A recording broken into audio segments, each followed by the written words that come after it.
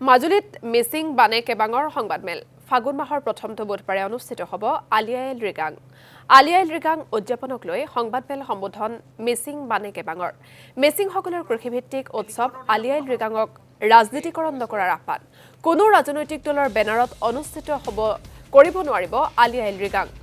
ৰেগাঙৰ প্ৰথম দিনটোত সাংস্কৃতিক মঞ্চত গীত পৰিৱেশন কৰাৰ ক্ষেত্ৰতো বাধা মিচিং বানে কেবাঙৰ। পৰম্পৰা আৰু ৰীতি নীতিৰে এই বৰ্ষত ৫ দিনীয়াকৈ আলি আইল ৰিগাং উদযাপন কৰিব মিচিং বানে কেবাঙে।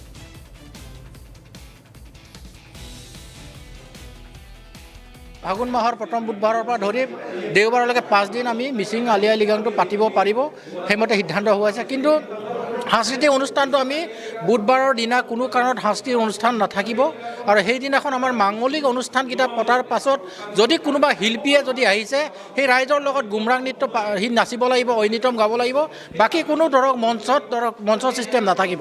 আৰু এই আপাকতে আপোনালোকৰ চেনেলৰ জৰিয়তে আমি আহ্বান জনাওঁ, কোনো কাৰণত ৰাজনৈতিক দলে কোনো কাৰণত এই সাংস্কৃতিক অনুষ্ঠানটো ৰাজনৈতিক বেনাৰত কৰিব নোৱাৰিব। সেই কথাটো আমাৰ বান একেবাৰে আৰু জাতীয় সংগঠনে সিদ্ধান্ত লৈছে আৰু সিদ্ধান্তটো ৰাইজে মানি ল'ব লাগে বুলি মই আপোনালোকৰ জৰিয়তে আমি আহ্বান জনাইছোঁ। ই এটা মাংগলিক কাৰ্যসূচী হয় মিচিং জাতিৰ বাবে।